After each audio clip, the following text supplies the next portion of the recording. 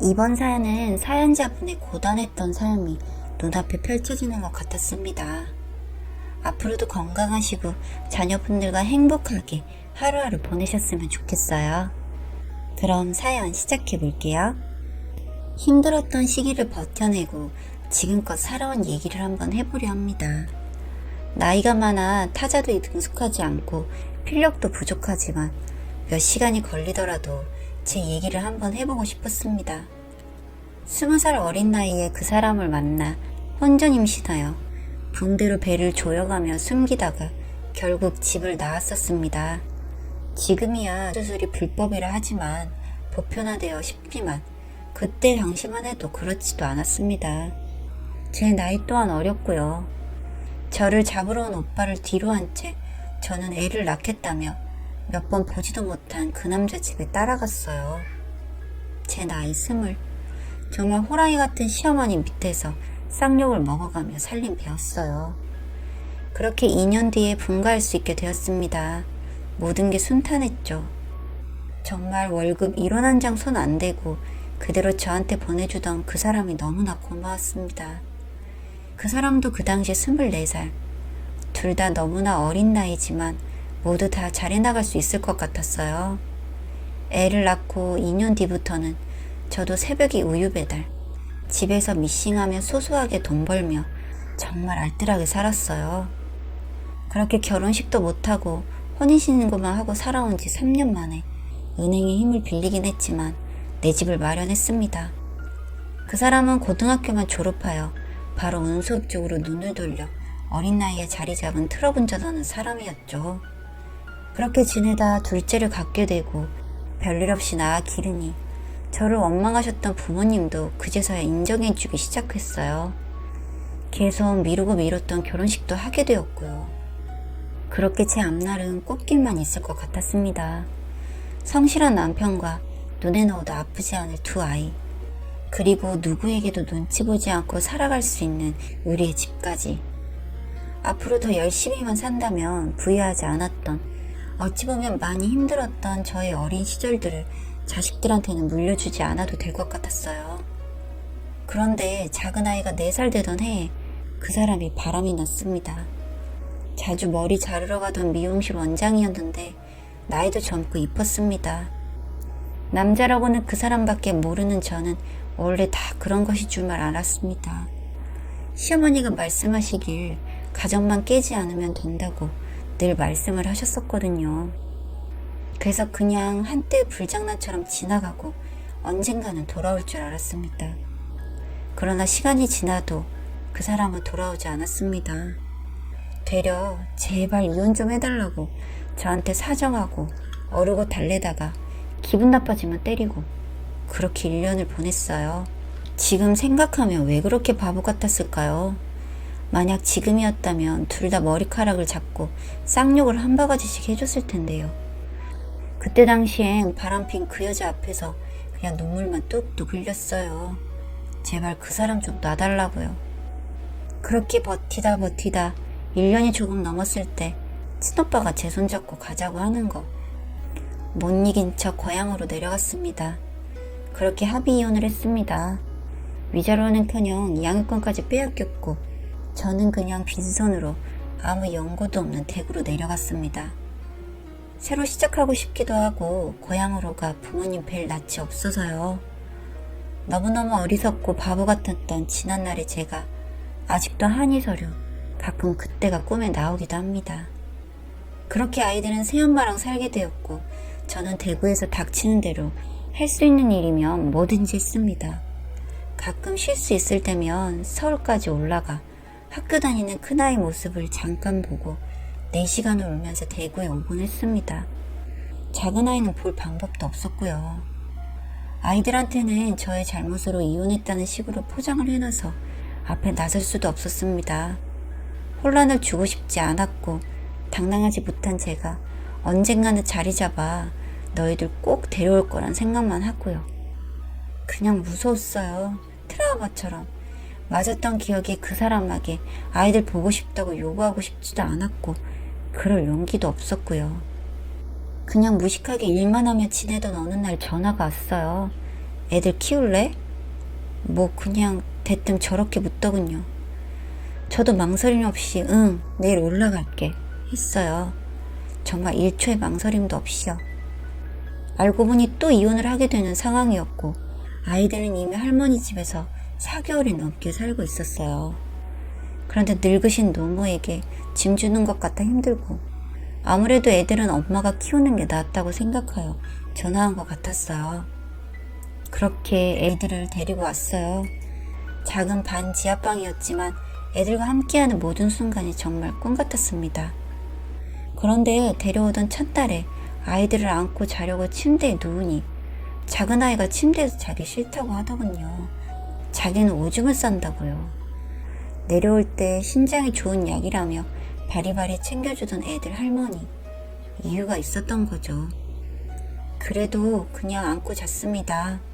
다음날 오줌을 많이 또 쌌더라고요. 다음날도 그냥 안고 잤습니다. 또 쌌어요. 그렇게 일주일 하니 그날 이후 완전히 사라졌어요. 아마 정말 엄마의 사랑이 필요했나 봅니다. 오줌을 안 싸게 된 그날 정말 많이 울었습니다. 미안해서요. 제 잘못은 아니지만 제 잘못 같아서요. 엄마가 필요한 시기에 있어주지 못한 죄로 정말 많이 잘하려 했습니다.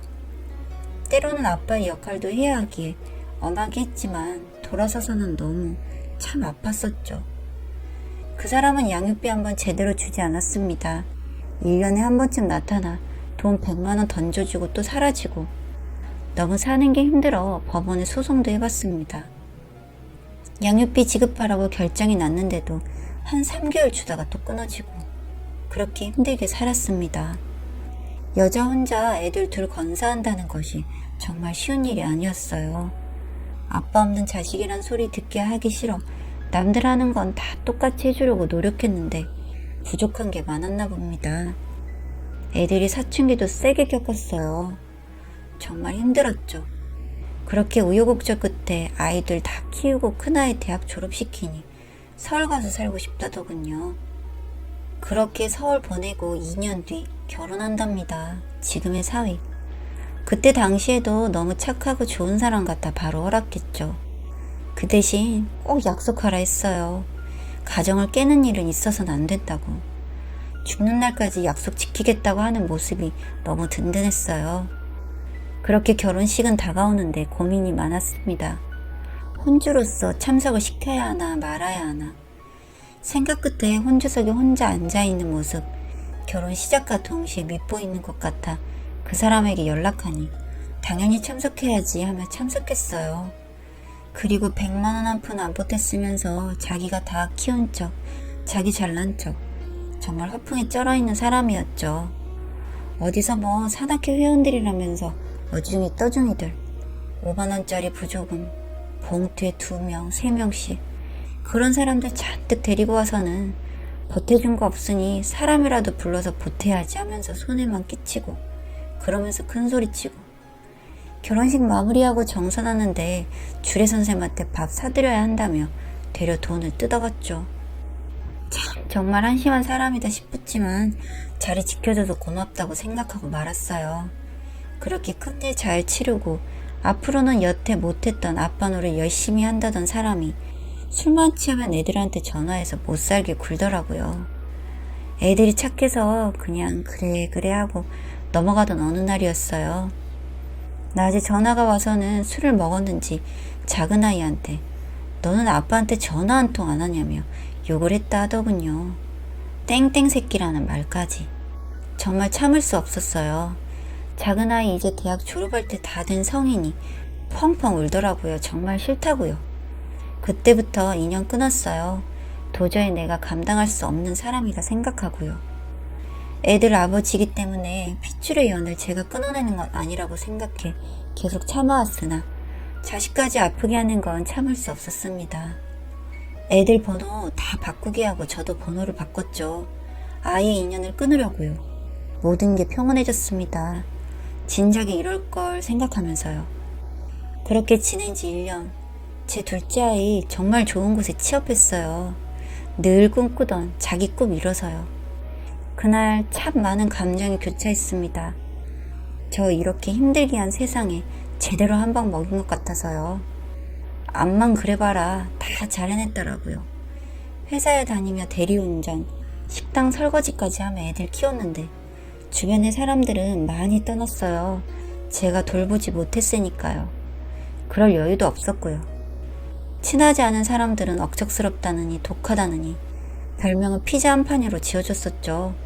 뭐 어디 가서 뭐 먹자만 하면 그 돈이면 피자 한 판 애들 사주겠다 입에 달고 살았더니 그런 날들이 다 보상받았습니다. 보상 심리로 아이들 키운 것은 아니었지만 정말 야속한 세상 복수 한번 세게 하고 싶었는데 애들이 그 꿈을 이뤄줬어요. 세상에 당당하게 서는 모습으로요. 속에 꽉 막혀있던 무언가가 내려가는 느낌이었죠. 그렇게 행복한 나날들을 보냈어요. 이제 제가 할 것이 없어져서 뭔가 허전하고 공허한 기분을 느끼기도 했지만요. 그러던 어느 날 애들 큰엄마한테 전화가 왔어요. 그 사람이 많이 아프다고요. 간 경화인데 살 나려 많이 남지 않은 것 같다고요. 참 파란만장하게 살아온 그 사람. 갈 때는 쓸쓸하게 가는 게 사람 인생 별거 없더라고요. 애들한테 말하고 전화 한 통 해보라고 하니 싫다고 했어요, 둘 다. 미움을 너무 많이 산 거죠. 죽는 순간까지 듣고 싶던 목소리 못 듣고 저한테 전해달라 하더군요. 많이 미안했다고. 그렇게 몇 개월 뒤 세상을 떴어요. 벌 받은 걸까요? 뭐 후련하기도 하지만 한편으로 안 됐기도 합니다. 이렇게 멋진 아이들을 놔두고 혼자 여자 꽁무니 쫓아다니다 객사 비슷하게 된 모습이 이제 다 훌훌 털고 저도 저만의 인생을 이제 살아보려고요. 살면서 못했던 취미도 가져보고 놀러도 다녀보고 많은 응원 바랍니다. 글 읽어주셔서 감사합니다.